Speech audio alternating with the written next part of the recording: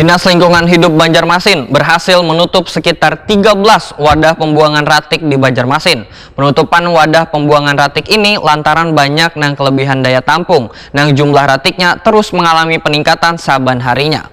Wadah pembuangan ratik nang ditutup ini dipindah ke wadah nang sudah disediakan Dinas Lingkungan Hidup Banjarmasin. Dinas Lingkungan Hidup Banjarmasin berhasil menutup sekitar 13 wadah pembuangan ratik di Banjarmasin.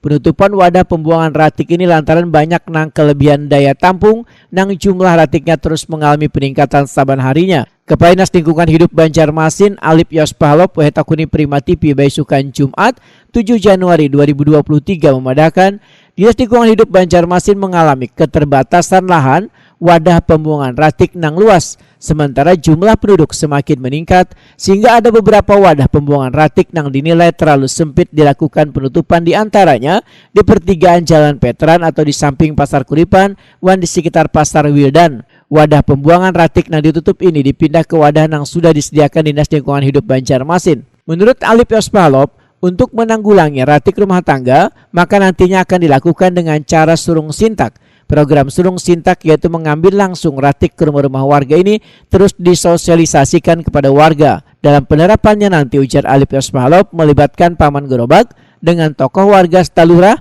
supaya program untuk menjaga lingkungan terbebas dari ratik ini bisa berjalan dengan baik. Karena ditutup tuh karena ada beberapa hal, karena daerah situ memang tidak layak lagi untuk ditempati TPS karena ada permukiman juga ada yang lain-lain. Kemudian juga kapasitas kita juga tidak bisa menampung di sana karena jumlah penduduk makin bertambah, dan kebijakan itu menutup TPS ada sekitar, kalau tidak salah sudah sampai 13 TPS sudah yang kita tutup.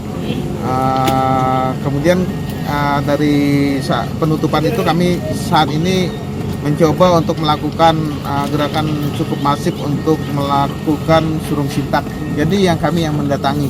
Jadi karena keterbatasan TPS maka kami yang melakukan jemput bola, di mana kesepakatan para paman gerobak, para masyarakat yang nyaman untuk membuang, kami yang datang, ada siapkan tempat jam berapa kita kesepakatan, kami yang datang ke sana untuk mari kita bersama-sama lah mengelola sampah itu.